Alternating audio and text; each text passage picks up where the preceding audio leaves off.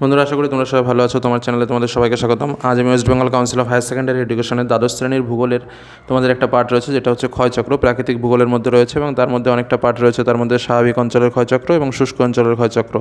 তো আমরা যে বিষয়টা নিয়ে আলোচনা করবো সেটা হলো ক্ষয়চক্র কী বা স্বাভাবিক ক্ষয়চক্র কী, বা ডেভিসের যে স্বাভাবিক ক্ষয়চক্রটা রয়েছে তার পুঙ্খানুপুঙ্খ আলোচনা, অর্থাৎ ডেভিসের ক্ষয়চক্র শর্ত, তার পূর্ব অনুমান, তার যে ক্ষয়চক্রের ডেভিসের ক্ষয়চক্রের ত্রয়ী, তার যে পর্যায়গুলো, তার সমালোচনাগুলো, প্রত্যেকটা বিষয়।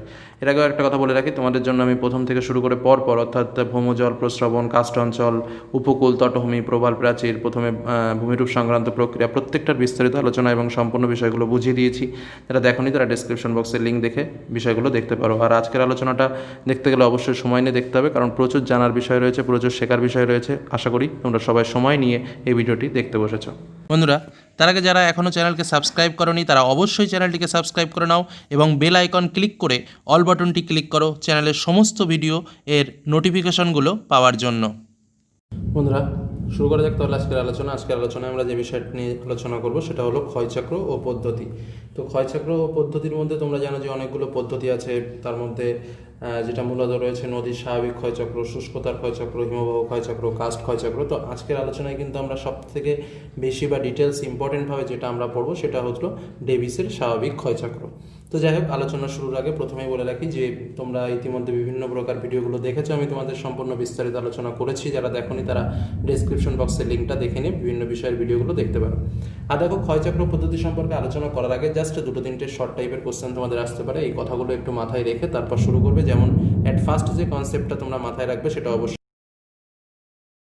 জেমস হার্টন কিন্তু প্রথম ক্ষয়চক্রের ধারণাটি প্রবর্তন করেছিল। কি তিনি ছিলেন একজন স্কটল্যান্ডের ভূতত্ত্ববিদ। যে কথাগুলো বললাম মাথায় রাখবে, প্রয়োজনে নোটস করে নেবে। তিনি ছিলেন একজন স্কটল্যান্ডের ভূতত্ত্ববিদ এবং তারপরে যেটা আমাদের মূল যে গ্রন্থ সেটা হচ্ছে জিওগ্রাফিক্যাল সাইকেল অফ ইরোশন, যেটা উইলিয়াম মরিস ডেভিস, যার শর্টকাট নেম আমরা বলি WM ডেভিস বলে আমরা যার শর্টকাট নেমটা আমরা বলি। তো সেই উইলিয়াম মরিস ডেভিসের কিন্তু যেটা মূল জিনিস সেটা হলো ভৌগোলিক ক্ষয়চক্র যে গ্রন্থ, সেই গ্রন্থেই কিন্তু তার যে স্বাভাবিক ক্ষয়চক্রের যে ধারণা সেই ধারণাগুলো দিয়েছেন। আমরা প্রত্যেকটা বিষয় নিয়ে আলোচনা করছি যে স্বাভাবিক ক্ষয়চক্র কী, ক্ষয়চক্র জিনিসটা কি, প্রভৃতি জিনিস কিন্তু আমরা বুঝবো এক এক করে। শুধু সময় নিয়ে কথাগুলো শুনতে হবে এবং কথাগুলো বুঝতে হবে।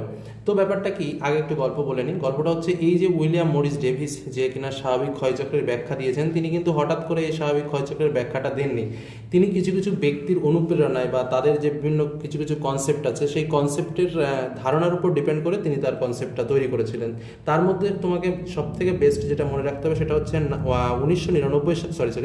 1899 সালে, কি বললাম, 1899 সালে হার্টন একটা তথ্য দিয়েছিল। কি বললাম, 1899 সালে হার্টনের একটা মতবাদ রয়েছে। তাছাড়াও ডারউইনের বিখ্যাত বিবর্তনবাদ একটা কনসেপ্ট রয়েছে, যে কনসেপ্টের উপরে ভিত্তি দিয়েই কিন্তু উইলিয়াম মরিস ডেভিস তার ভৌগোলিক ক্ষয়চক্র গ্রন্থে এই যে সাইকেল অফ ইরোশন বা ক্ষয়কার্যের যে পদ্ধতি বা ক্ষয়চক্র কিভাবে হয় সেই সম্পর্কে আলোচনা করেছেন। এবার আমরা প্রথম যে বিষয়টা নিয়ে বিস্তারিত জানবো সেটা হচ্ছে, প্রথম আমাদের জানা উচিত যে আলোচনাটা করলেন যে ক্ষয়চক্র নিয়ে, তো ক্ষয়চক্র জিনিসটা কি। তো একদম অ্যাট ফার্স্ট আমরা প্রথমে এটা চলে আসি যে ক্ষয়চক্র জিনিসটা কি। তো দেখো, একদম বেসিক্যালি যদি আমরা বলতে চাই, আমরা যদি ভূমিরূপের দিকে তাকাই তাহলে একটা সুন্দর ফিচার আমরা দেখতে পাবো। কি দেখতে পাবো? কোথাও উঁচু, কোথাও নিচু, কোথাও সমভূমি, কোথাও মালভূমি বা কোথাও সমুদ্রভাগ। এইবার দেখো, এই যে লেভেলটা, কি বললাম, এই যে লেভেলটা, এইটা হলো সমুদ্র জল, এখানে জল আর এখানে। এবার দেখো, সবারই টার্গেট কিন্তু নিচু জায়গায় আসা, কারণ অভিকর্ষ যে টানের একটা ব্যাপার রয়েছে, সবার টার্গেট কি উপর থেকে নিচের দিকে আসা। তো এইখানে যে শিলাখণ্ডটা রয়েছে, এই যে শিলাখণ্ডটা, এই শিলাখণ্ডটা কিন্তু টার্গেট হয়েছে যে আমি এই জায়গা গিয়ে স্থিত হব, মানে সুস্থিত হব, ধীরে ধীরে গিয়ে বসবো। তারপরে কি, সবার কিন্তু একটা ভেতর থেকে একটা টান এক নম্বর কথা কাজ করে। দু নম্বর কথা কি, তাহলে কি হচ্ছে, মূল যে ব্যাপারগুলো, এই যে জায়গাগুলো রয়েছে, কথাটা ভালোভাবে বোঝার চেষ্টা করবে। প্রত্যেকটা জায়গার মূল কারণটা কি, যে আমি এই জায়গাটা ভেঙে চুরে গিয়ে আমি এখানে গিয়ে সমান হব। এই যে সমান হওয়ার যে কনসেপ্ট, এই কনসেপ্টটাকে বলা হচ্ছে সমতলীকরণ। কি বললাম, মানে কি, এই যে বেস লেভেল, এটাকে কি বলা হয়, বেস লেভেল। তো এই বেস লেভেলের কাছে গিয়ে আমি সমান হব, এই যে কনসেপ্টটা বললাম, এই কনসেপ্টটাকে বলা হয় সমতলীকরণ। মানে কি, আমি সমান হব, কার সমান হব, যে না সমুদ্র তলের পৃষ্ঠার সমান হব। মানে আমি এই উঁচু নিচু ঢেউ খেলানো থাকবো না, আমি একদম নিচে গিয়ে এই শিলাখণ্ডটা সুস্থিত হব। বোঝা গেল আমার কথাটা? এইবার আমি যে জিনিসটা বলবো, তাহলে মূল যে আমাদের ক্ষয় চক্র জিনিসটা কি, তাহলে কি এই শিলাখণ্ড ক্ষয় হবে। আমরা এর আগেও পড়েছি বিভিন্ন প্রকার ক্ষয়চক্র বা বিভিন্ন প্রকার ক্ষয়। আমরা পড়েছি নদী ক্ষয়, আমরা পড়েছি হিমবাহ ক্ষয়, নদী, হিমবাহ, বায়ু, এই প্রত্যেকটা জিনিস কিন্তু আমরা ক্ষয়চক্রগুলো পড়েছি। তাহলে এই ক্ষয়চক্রগুলো পড়ার সময় আমরা কিন্তু একটা কনসেপ্ট বা একটা বিষয় কিন্তু আমরা লক্ষ্য করেছি। কি লক্ষ্য করেছি? যে নদীগুলো ধীরে ধীরে ক্ষয় করে, বা উঁচু যে অংশগুলো রয়েছে সেই উঁচু অংশগুলো ক্ষয় হয়ে নিচের দিকে নগ্নীভূত হয়, পুঞ্জীভূত হয়, বা বাহিত হয়ে নিম্ন উপত্যকায় চলে আসে, বা উচ্চ পর্বতাঞ্চল, আরও সহজভাবে যদি বলি উচ্চ পার্বত্যাঞ্চল থেকে নুড়িকাকড় বালি বাহিত হয়ে হয়ে শেষে সমুদ্রের তলদেশে এসে জমা হয়। তাহলে এই যে কনসেপ্টটা, অর্থাৎ উঁচু স্থান থেকে একদম নিচু স্থানে গিয়ে শিলারাশির যে জমা হলো, এই যে সম্পূর্ণ প্রক্রিয়া, এই সম্পূর্ণ প্রক্রিয়া কিন্তু 1 মিনিটে বা খুব দ্রুত গতিতে সম্ভব নয়। এটা হলো একটা ধীর প্রক্রিয়া। এবং এই প্রক্রিয়াটা সম্পূর্ণ কোথায় হচ্ছে? আমরা দুটো জানি যে দুটো প্রক্রিয়া আছে, একটা হচ্ছে বহির্জাত আর একটা হচ্ছে অন্তর্জাত। তাহলে সম্পূর্ণ প্রক্রিয়াটা কোথায় হচ্ছে? বাইরের দিকে হচ্ছে, যার জন্য কিন্তু এই সম্পূর্ণ প্রক্রিয়াটা হলো একটা বহির্জাত প্রক্রিয়া, এবং এই বহির্জাত শক্তির প্রভাবেই কিন্তু ক্ষয়চক্র ঘটবে। তাহলে বোঝা গেল প্রথম কথা। তাহলে আমরা যদি বলি তাহলে ক্ষয়চক্রটা কি, একদম সহজ কথায়, তাহলে আমরা যদি একটু ইংলিশ থেকে যাই তাহলে ভালো বুঝতে পারবে। কি বলছে? Cycle of erosion. তো সাইকেল অফ ইরোশন মানে কি? সাইকেল মানে কি? চক্র। আর ইরোশন মানে কি? ক্ষয়। তার মানে কি, যে ক্ষয় প্রক্রিয়াটা চলছে সেই ক্ষয় প্রক্রিয়া নিশ্চয়ই একা একা চলছে না, দুটো তিনটে স্টেপের ওপর ডিপেন্ড করছে। First step, second step, third step, fourth step. এই যে যে আবর্তন, এই যে যে প্রক্রিয়া, এবং সেই প্রক্রিয়া থেকে আবার ফিরে আসা, এই যে জিনিসটা, এটাকেই তো বলে চক্র। তাহলে ক্ষয় চক্রটা কি? একদম পরিষ্কার কথাই। তাহলে কি, যে ভূ আলোড়নের ফলে, তাহলে এই যে চক্রটা কি আমরা একটু ব্যাখ্যা করি। তাহলে কি, ভূ আলোড়ন হলো, ভূ অভ্যন্তরস্থ শিলা বাইরে বেরিয়ে আসলো, সেই শিলা বাইরে বেরিয়ে কি করলো, এবার একটু বুঝিয়ে নি, দেখো কীভাবে সাইকেলটা হচ্ছে আগে সেটা বুঝে নি। ভূ অভ্যন্তরে অগ্নুৎপাত ঘটলো, সেই শিলা বাইরে বেরিয়ে আসলো, বাইরে বেরিয়ে এসে জমা হয়ে উঁচু হয়ে পাহাড় গঠন করলো, সেই পাহাড় আবার ক্ষয় হলো, ক্ষয় হয়ে বাহিত হলো, বাহিত হয়ে আবার সমুদ্রের তলে গিয়ে জমা হলো, সেই পলল রাশি চাপে আবার ভেতরের দিকে ঢুকলো, আবার বাইরের দিকে আসলো। তাহলে এই যে যে সম্পূর্ণ চক্র, এই সম্পূর্ণ চক্রের মধ্যে ভূ অভ্যন্তরীণটুকু যদি আমি বাদ দিই, তাহলে বাইরের দিকে যে অংশটুকু কাজ করে সেই অংশটুকুকেই বলা হয় হচ্ছে ক্ষয় চক্র। আশা করি ক্ষয় চক্রের কনসেপ্টটা ভালোভাবে বুঝলে। এবার দেখো, তোমাদের যদি বলা হয় ক্ষয় চক্র কাকে বলে, তাহলে একদম সহজ কিছু কিছু সংজ্ঞা আছে, আমি তোমাদের বলছি, পারলে তোমরা নোটস করে নিতে পারো। কি বলবে? যে একটা নির্দিষ্ট ধারা অনুসারে বা নিয়ম অনুসারে সদ্য উত্থিত ভূভাগ প্রারম্ভিক অবস্থা থেকে যখন কতগুলো পর্যায়ের মাধ্যমে সমপ্রায় ভূমিতে পরিণত হয়, তখন সেই প্রক্রিয়াকে ক্ষয়কার্য বলে। বোঝা গেল নিশ্চয়ই আমার কথাটা? আমি আবারও বলছি তোমাদের বোঝানোর জন্য। কি বললাম? সদ্য উত্থিত ভূভাগ মানে একটা ভূভাগের উত্থান ঘটলো। তাহলে কি, সদ্য উত্থিত ভূভাগ প্রারম্ভিক অবস্থা থেকে, প্রথম অবস্থা থেকে যখন কতগুলো পর্যায়ের মাধ্যমে সমপ্রায় ভূমিতে পরিণত হয়, তখন সেই প্রক্রিয়াকে ক্ষয়চক্র বলে। বোঝা গেল কি বললাম? আবারও বলছি, সদ্য উত্থিত ভূভাগ প্রারম্ভিক অবস্থা থেকে কতগুলো পর্যায়ের মাধ্যমে লাস্টে কি হচ্ছে? সমপ্রায় ভূমি। এই কথাটা কিন্তু মাথায় রেখো। সমপ্রায় ভূমি, যখন সমপ্রায় ভূমিতে পরিণত হচ্ছে তখনই তাকে বলা হচ্ছে কি? ক্ষয়চক্র। বোঝা গেল নিশ্চয়? এইবার দেখো, এই ক্ষয়চক্র কিন্তু বিভিন্নভাবে হতে পারে। কি কি ক্ষয়চক্র হতে পারে আমি একটু বলে নিই। সাধারণভাবে আমরা যেটা জানি সেটা কি কি? নদী ক্ষয়চক্র হতে পারে, তারপরে কি শুষ্কতা বা মরু ক্ষয়চক্র হতে পারে, তারপরে কি হতে পারে? হিমবাহ ক্ষয়চক্র হতে পারে, তারপরে কার্স্ট অঞ্চলের ক্ষয়চক্র হতে পারে, সামুদ্রিক ক্ষয়চক্র হতে পারে। তাহলে বিভিন্ন প্রকার কিন্তু ক্ষয়চক্র রয়েছে। আমরা যেটা মূল বিষয় নিয়ে আলোচনা করব সেটা হলো ডেভিসের নদী ক্ষয়চক্রটা নিয়ে আজকের আমাদের মূল আলোচনা। এবার আমরা চলে আসি ডেভিসের ক্ষয়চক্রের শ্রেণীবিভাগটা কিন্তু হলো। তাহলে একদম সহজ কথা, তাহলে স্বাভাবিক ক্ষয়চক্র কাকে বলে? দেখো, নদী ক্ষয়চক্রকেই স্বাভাবিক ক্ষয়চক্র বলা হয়। প্রথম কথা, এখান থেকে কিন্তু আমাদের প্রশ্ন শুরু। তাহলে স্বাভাবিক ক্ষয়চক্রকে নদী ক্ষয়চক্র বলা হয়। কেন স্বাভাবিক ক্ষয়চক্রকে নদী ক্ষয়চক্র বলা হয়? আমাদের প্রথম কোশ্চেন। পৃথিবীর যত ভূমিভাগ আছে তার প্রায় 90% ভূভাগ গড়ে উঠেছে নদীর ক্রিয়ার ফলে। কি বললাম? বোঝা গেল কথাটা? পৃথিবীতে যত ভূমিরূপ গড়ে উঠেছে তার প্রায় 90% ভূমিরূপ গড়ে উঠেছে নদী ক্রিয়ার ফলে, যার জন্য এই নদীর ক্ষয়চক্রকে বা নদীর ক্ষয়চক্রের প্রক্রিয়াকে আমরা বলি স্বাভাবিক ক্ষয়চক্র। বোঝা গেল আমার কথাটা? কি বললাম? তাহলে স্বাভাবিক ক্ষয়চক্র কথাটা এবার দেখো মাথায় রেখো। এর আগের আলোচনায় আমরা বলেছিলাম যে প্রথম ক্ষয়চক্রের ধারণাটি কিন্তু দিয়েছিলেন কে? 1785 খ্রিস্টাব্দে প্রথম দিয়েছিল তোমার জেমস হাটন। কিন্তু একটা কথা মনে রাখবে, স্বাভাবিক ক্ষয়চক্রের ধারণা কিন্তু দিয়েছেন উইলিয়াম মরিস ডেভিস। কবে দিয়েছেন না 1884 থেকে 1899 খ্রিস্টাব্দের মধ্যবর্তীকালীন সময়ে তিনি এই কনসেপ্টটা দেন। এবং এটি কিন্তু সর্বপ্রথম উইলিয়াম মরিস ডেভিস কিন্তু এই স্বাভাবিক ক্ষয়চক্রের কথা বলেন। আর এই স্বাভাবিক ক্ষয়চক্রেরই আর এক নাম হচ্ছে নদী ক্ষয়চক্র। এটার যে 90% দেখো কোনো কোনো বইয়ে 80% লেখা আছে, কোনো কোনো বইয়ে 70% লেখা আছে, সেটা কোনো ব্যাপার না। মানে মূল যে ব্যাপারটা হচ্ছে বেশিরভাগ যে ভূমিরূপটা, সেই ভূমিরূপটা নদীর ক্ষয়ের ফলে সৃষ্টি হয়েছে, যার জন্য নদী ক্ষয়চক্রকে স্বাভাবিক ক্ষয়চক্র বলা হয়। এটাই হলো মূল ব্যাপার। এবার আমরা চলে যাব মূল যে ক্ষয়চক্রের যে ব্যাখ্যা, সেই মূল ক্ষয়চক্র বা ডেভিসের ক্ষয়চক্রের ব্যাখ্যা। তাহলে আমরা যে ফার্স্ট যে তথ্যটা আমরা পেলাম, তাহলে প্রথম আমরা কীভাবে যখন লিখবো তখন নোটস করার সময় অবশ্যই একটু সিস্টেম ওয়াইজ লিখবো। আমরা প্রথমে একটা পয়েন্ট করবো, সেখানে অবশ্যই প্রথম পয়েন্টে আমরা লিখবো ধারণা ও সংজ্ঞা। কি বললাম? ধারণা ও সংজ্ঞা বলে কিন্তু আমরা প্রথম পয়েন্ট করব, এবং সেখানে প্রথমে ধারণা এবং সংজ্ঞাটা আমরা লিখবো। কি লিখবো? যে কথাগুলো বললাম যে 1899 খ্রিস্টাব্দে মার্কিন বিজ্ঞানী উইলিয়াম মরিস ডেভিস সর্বপ্রথম ভূমিরূপের বিবর্তন সম্পর্কে যে সুস্পষ্ট পর্যায়ক্রমিক ধারণা প্রবর্তন করেন, এবং সেই প্রবর্তন করতে গিয়ে তিনি স্বাভাবিক ক্ষয়চক্রের ধারণাটির উদ্ভব ঘটান। এবং তারপরে যেটা বলবো সেটা হচ্ছে নদী ভূপৃষ্ঠের সর্বাপেক্ষা গুরুত্বপূর্ণ ক্ষয়কারী শক্তি, এবং পৃথিবীর অধিকাংশ স্থান জুড়ে নদী কার্যাবলী বা নদীর প্রাধান্য লক্ষ্য করা যায় বলে নদীর ক্ষয়চক্রকেই স্বাভাবিক ক্ষয়চক্র বলা হয়। এইভাবে শুরু করে কিন্তু এবার স্বাভাবিক ক্ষয়চক্রের সংজ্ঞাটা দেবে। তাহলে প্রথম আমরা সংজ্ঞা যেটা পড়লাম সেটা হচ্ছে ক্ষয়চক্রের সংজ্ঞা, যে ধীরে ধীরে সার্কুলেশনটা হয়। এবার স্বাভাবিক ক্ষয়চক্রের সংজ্ঞাটা আমরা কি বলবো সেটা একটু দেখে নিই। তাহলে স্বাভাবিক ক্ষয়চক্র মানে কি? নদী ক্ষয়চক্র। আমরা একদম বেসিক্যালি যে জিনিসটা বুঝবো যে একটা নদী উপত্যকা ক্ষয় হয়ে প্রবাহিত হবে, এটাই তো আমাদের মূল জিনিস। তাহলে এটা মনে করলাম আমার নদী উপত্যকা, সেটা ক্ষয় হয়ে নিচের দিকে সমুদ্রপৃষ্ঠে আসবে, এটা হলো আমার মূল জিনিস। এবার এই জিনিসটাকে আমি সংজ্ঞাতে কীভাবে বলবো দেখো। তাহলে সংজ্ঞাতে আমি একটু অন্যভাবে বলবো যে নদীর ক্ষয়কার্যের প্রভাবে, আগেরটা যেমন আমি বলেছিলাম কি সিম্পলভাবে যে এমনি ক্ষয়কার্যের প্রভাবে বা কয়েকটা পর্যায়ের মধ্যে, তাহলে এখানে কি বলবো?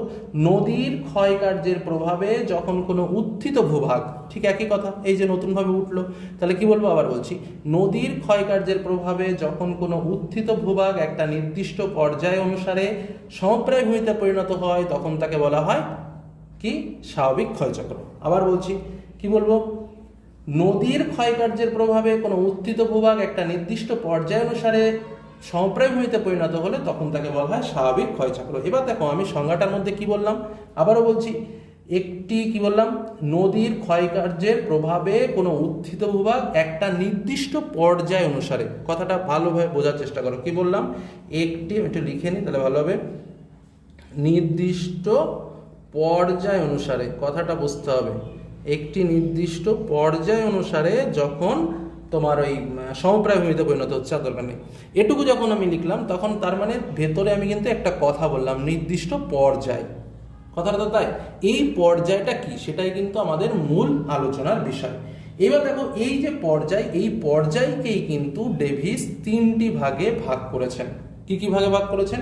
একটা বলেছেন যৌবন পর্যায়, একটা বলেছেন পরিণত পর্যায়, এবং আর একটা বলেছেন বার্ধক্য পর্যায়। কি বললাম? বোঝা গেল? তাহলে সংজ্ঞাতেই কিন্তু আমাদের মূল উত্তর কিন্তু লুকিয়ে রয়েছে। তাহলে সংজ্ঞাতে আবারও বলছি, কি বললাম? তাহলে নদীর ক্ষয়কার্যের প্রভাবে কোনো উত্থিত ভূভাগ একটা নির্দিষ্ট পর্যায় অনুসারে সমপ্রায় ভূমিতে পরিণত হলে, তাহলে নির্দিষ্ট পর্যায় অনুসারে মানে কোন পর্যায়? এই যে তিনটে পর্যায় কিন্তু রয়েছে এই স্বাভাবিক ক্ষয়চক্রের জন্য। তাহলে তিনটে পর্যায় কি কি? একটা যৌবন, একটা পরিণত, এবং আর একটা হচ্ছে বার্ধক্য। যাই হোক, আমরা এই তিনটে পর্যায় সম্পর্কে একটু পরে আলোচনা করছি। এবার আমরা আরো একটা জিনিস বিষয় নিয়ে আমরা আলোচনা করব, সেটা হচ্ছে যে এই যে ক্ষয়চক্র, ডেভিস কি বলেছে? এই ক্ষয়চক্রের নিয়ন্ত্রক আছে কিছু। কিসের উপর এই ক্ষয়চক্র ডিপেন্ড করে, বা যেটাকে বলা হয় controlling factor of the cycle of erosion. তো সেই কন্ট্রোলিং ফ্যাক্টরগুলো কি কি আছে দেখো। ডেভিস এই জিনিসটাকে নিয়ে আমরা যেটাকে বলি, সংক্ষেপে বলি যে ডেভিসের ত্রয়ী। সোজা কথা, ডেভিসের ত্রয়ী। ত্রয়ী মানে কি? ত্রয়ী মানে হচ্ছে তিনটে বিষয়। ডেভিস তার নিয়ন্ত্রক বা কন্ট্রোলিং ফ্যাক্টর, আবারও বলছি তার নিয়ন্ত্রক। কিসের নিয়ন্ত্রক? ক্ষয়চক্রের নিয়ন্ত্রক। এই ক্ষয়চক্রের নিয়ন্ত্রক এর জন্য প্রধান তিনটে বিষয়ের কথা উল্লেখ করেছেন। তাহলে কি ডেভিস তার ক্ষয়চক্রের নিয়ন্ত্রক ব্যবস্থার জন্য মূলত কটি বিষয়ের কথা বলেছেন? তিনটি বিষয়ের কথা বলেছেন। কি কি বিষয়ের কথা বলেছেন? নাম্বার 1 হচ্ছে স্ট্রাকচার, যেটাকে বলা হচ্ছে নাম্বার 2 বলা হচ্ছে প্রসেস, এবং নাম্বার 3 বলা হচ্ছে টাইম। মানে যেটাকে বলা হচ্ছে, একটা বলা হচ্ছে গঠন, একটা বলা হচ্ছে প্রক্রিয়া, এবং আর একটা বলা হচ্ছে সময়। এই তিনটে নিয়ন্ত্রককে একত্রে বলা হচ্ছে ডেভিসের ত্রয়ী। তাহলে দেখো, তাহলে ডেভিসের ত্রয়ী কি, আবারও বলো।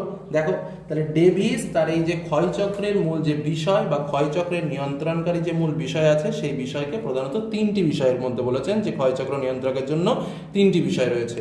সেটা হলো তার গঠন, প্রক্রিয়া ও সময়। এই তিনটি বিষয়কে একত্রে বলা হয় ডেভিসের ত্রয়ী।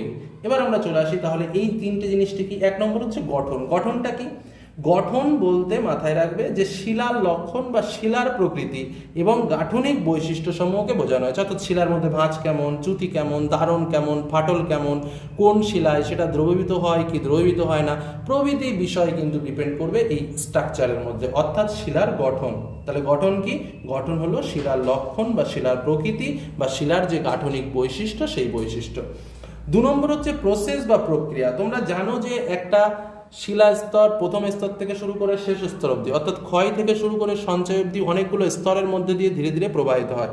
কখনো বা কি হচ্ছে, আবহবিকার, কখনো ক্ষয়ীভবন, কখনো নগ্নীভবন, কখনো পুঞ্জিত ক্ষয়, কখনো বহন, কখনো সঞ্চয় ভবন।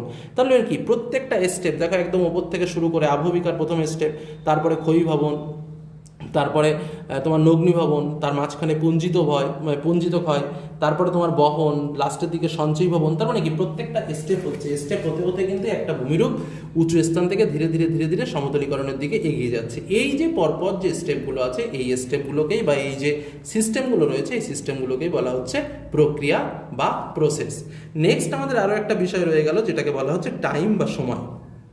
কি বলছে, এই যে প্রক্রিয়াগুলো হবে, এই প্রক্রিয়াগুলো নিশ্চয়ই কয়েকটা সেকেন্ড বা 2 মিনিটের মধ্যে কাজটা সম্ভব না, এটা ধীরে ধীরে ধীরে ধীরে একটা লং প্রসেস ব্যাপী কিন্তু হবে। অর্থাৎ আরও একটা বিষয় যেটা হচ্ছে সময়, অর্থাৎ কি ভূমিরূপের ওপর প্রাকৃতিক যে ক্ষয়কারী যে শক্তিগুলো আছে, এই শক্তি কিছু নির্দিষ্ট সময় পর্যন্ত কার্যকারী থাকবে, এবং সেই যে নির্দিষ্ট সময়কে বোঝাতে গিয়ে কিন্তু ডেভিস এখানে টাইমের কথাটা বলে দিয়েছে। তাহলে এই হলো প্রথম ক্ষয়কার্যের নিয়ন্ত্রক বা ডেভিসের ত্রয়ীটা কি আমরা জেনে নিলাম। এবার আমরা যেটা বিষয়টা জানবো সেটা হচ্ছে এই যে ডেভিস তার ক্ষয়চক্র বলার আগে কিন্তু কিছু কিছু কথা বলেছিল, কিছু কিছু শর্ত বলেছিল। কি শর্ত বলেছিল সেটাই কিন্তু আমাদের মূল আলোচনার বিষয়, যেটাকে আমরা বলছি যে basic premises of cycle of erosion বা ক্ষয়চক্রের শর্ত বা ক্ষয়চক্রের পূর্ব অনুমান। তিনি কিছু কিছু ভাবনা ভেবে নিয়েছিলেন যে কিভাবে ক্ষয়চক্র হয়। সেই ক্ষয়চক্রের ভাবনাগুলোই কিন্তু আমাকে একটু খুব কঠিনভাবে বুঝতে হবে। 1 নম্বর, আমি পরপর পয়েন্টগুলো তোমাদের বুঝিয়ে দিচ্ছি, বলে যাচ্ছি এবং বুঝাবো। 1 নম্বর যেটা বলেছিল যে এই যে ক্ষয়চক্র, এই ক্ষয়চক্র হলো অন্তর্জাত এবং বহির্জাত ক্রিয়ার ফল। প্রথমে বুঝলাম অন্তর্জাত প্লাস বহির্জাত ক্রিয়ার ফল, প্লাস বহির্জাত ক্রিয়ার ফল। প্রথম কিন্তু ডেভিস এই কথা বলেছিল। কেন বলেছিল আগে বুঝে নাও। আমি প্রথমে বলেছি ভূমিরূপের উত্থান ঘটবে, তারপরে তার ক্ষয় হবে। তাহলে ভূমিরূপের উত্থান যদি ঘটে এবং তারপরে যদি তার ক্ষয় হয়, তাহলে কি হলো? তাহলে প্রথমে বাইরের দিকে কি হলো, এটা এই অংশটা উত্থান ঘটলো। তাহলে উত্থানটা কেন হবে? ভূ অভ্যন্তরীণ ক্রিয়াকলাপের ফলে ভূমিরূপের উত্থান হবে। তাহলে ভূ অভ্যন্তরীণ ক্রিয়াকলাপের ফলে যদি ভূমিরূপের উত্থান হয়, তাহলে এটা কোন প্রক্রিয়া হলো? অন্তর্জাত প্রক্রিয়া। আর হওয়ার পরে যে ক্ষয় হচ্ছে বা বহন হচ্ছে বা সঞ্চয় হচ্ছে, এটা কোন প্রক্রিয়া? এটা ভূ অভ্যন্তরের বাইরের প্রক্রিয়া, মানে কি বহির্জাত প্রক্রিয়া। তাই বলছে ভূমিরূপ দুটো প্রক্রিয়ার ফলে গড়ে উঠবে। কি কি প্রক্রিয়া? একটা হচ্ছে অন্তর্জাত এবং একটা হচ্ছে বহির্জাত। First point. সেকেন্ড পয়েন্ট আমরা বলবো, এটা একদম সহজ প্রশ্ন, যে টাইম মানে কি, যেটা বাংলায় বলছে যে সময়ের সঙ্গে ভূমিরূপের বিবর্তন ঘটবে। কি বললাম? সময়ের সাথে ভূমিরূপের বিবর্তন ঘটবে। পরপর স্টেপগুলো কিন্তু খুব, ভূমিরূপের বিবর্তন ঘটবে।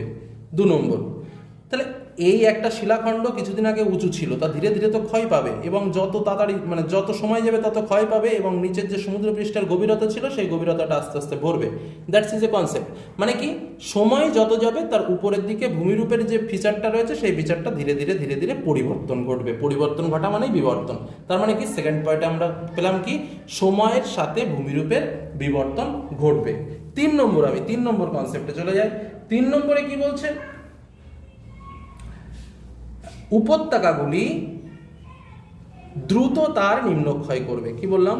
দ্রুত তার নিম্নক্ষয় করবে, নিম্নক্ষয় করবে।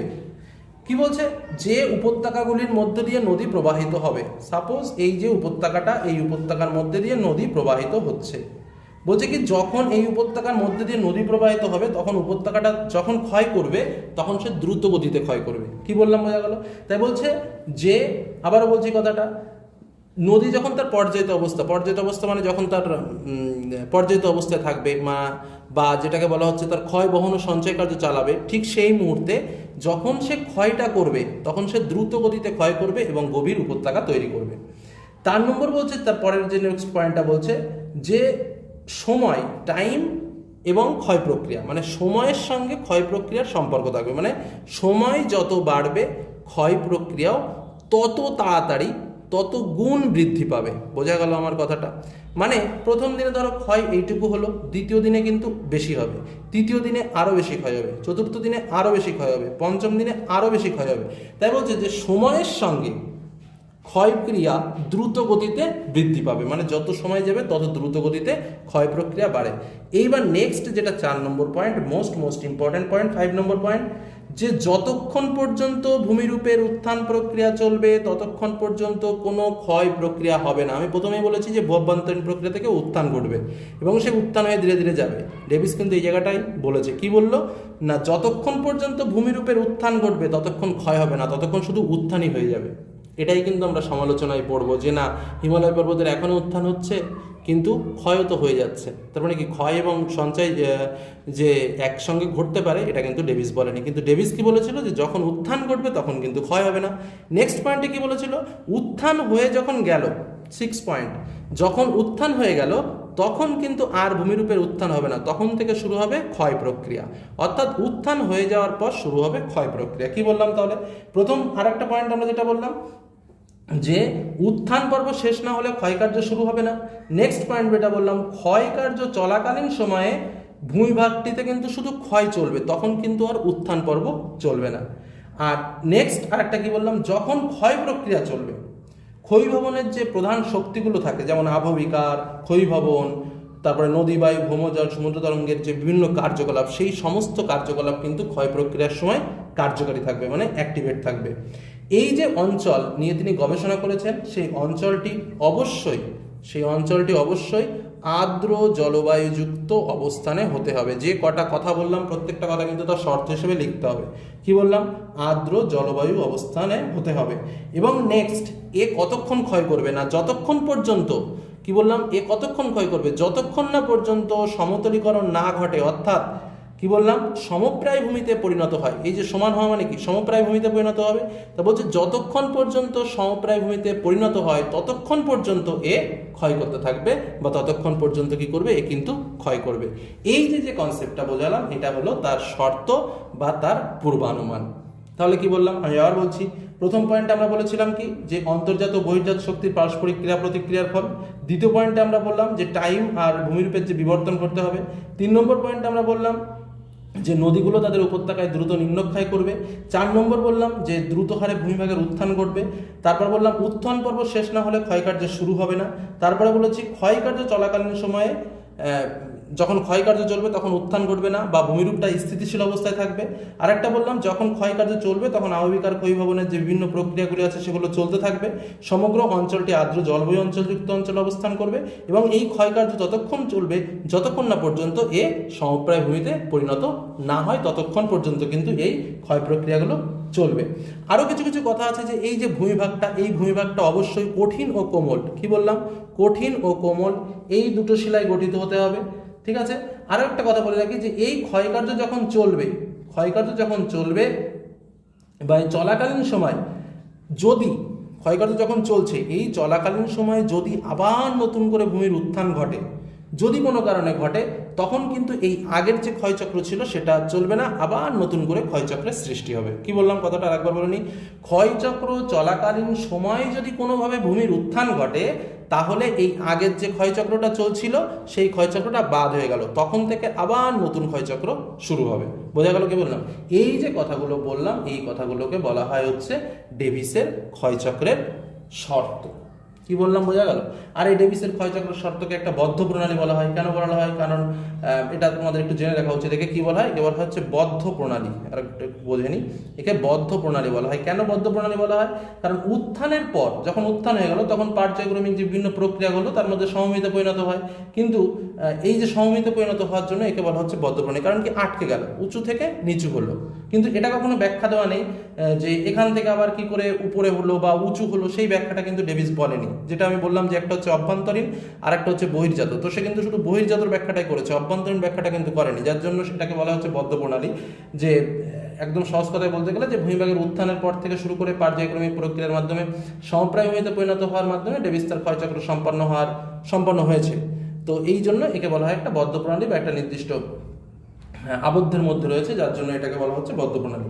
এবার আমরা যে বিষয়টা চলে যাব, তাহলে ক্ষয়চক্র থেকে আমরা যে আলোচনাগুলো করলাম, এখান থেকে আমরা কিছু কিছু ক্যারেক্টার পেলাম ক্ষয়চক্রের, তাই তো?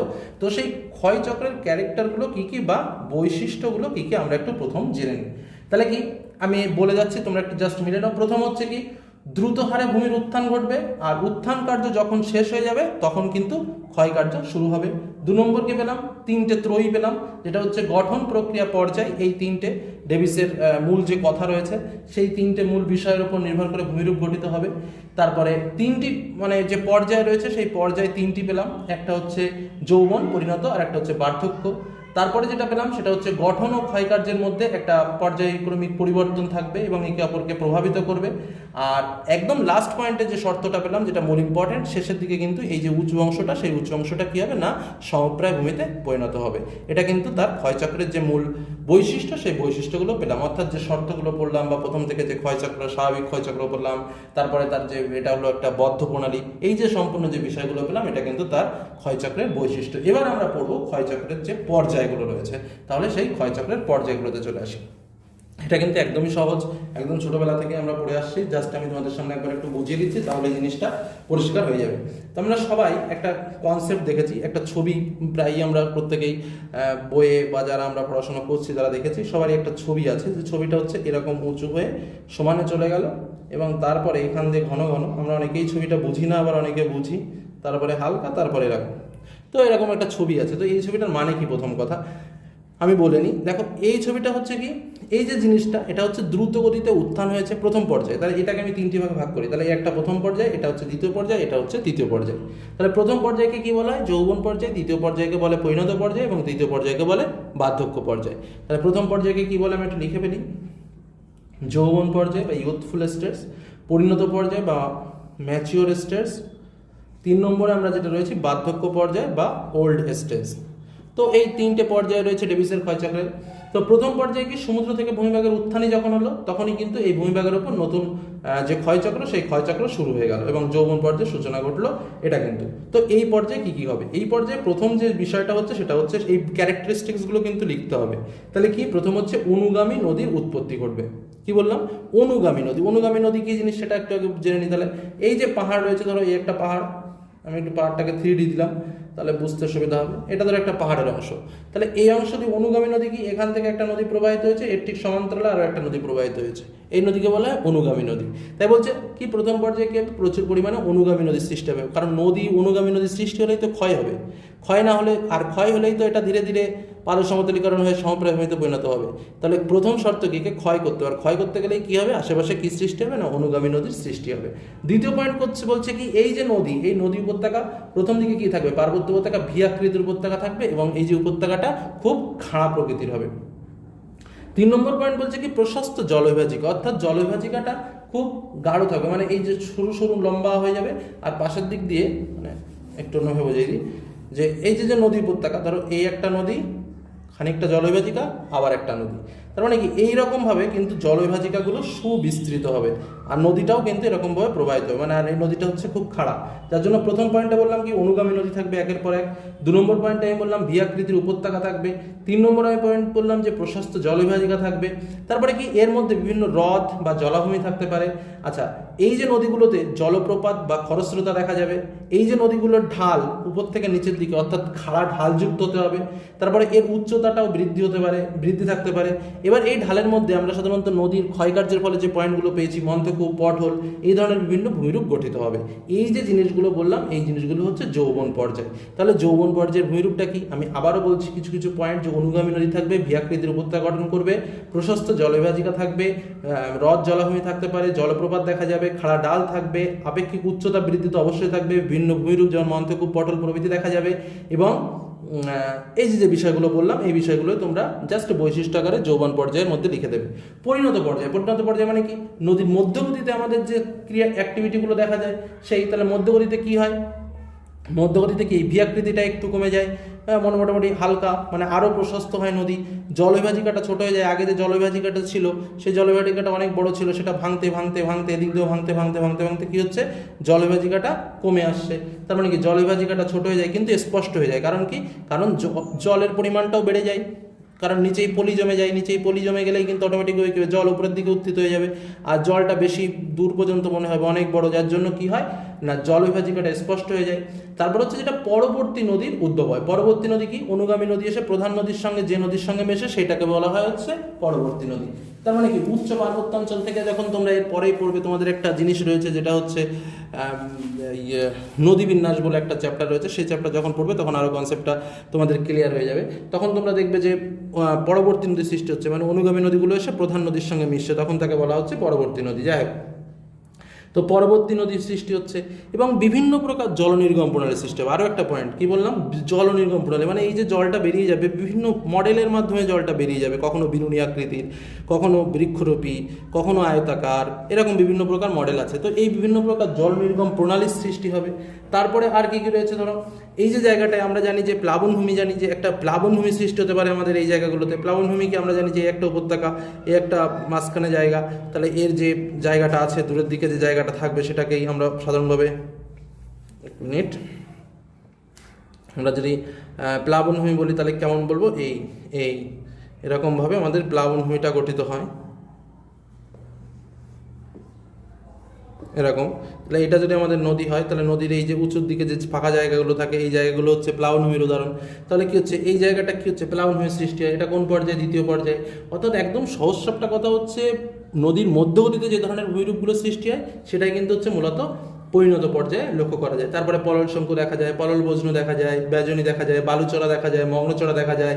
নদীর সংখ্যা ক্রমাগত কমে আসে। পার্বত্যাঞ্চলে কী হয়? উচ্চ পার্বত্যাঞ্চলে প্রচুর পরিমাণে নদী, সেই প্রচুর পরিমাণে নদী মিলতে মিলতে মিলতে মিলতে একটা নদীতে মিলিত হলো। তাহলে এখানে কী হলো? অনেক নদী, আর এখানে গিয়ে কী হলো? একটা নদী। তাহলে কি নদীর পরিমাণটা কমে আসে।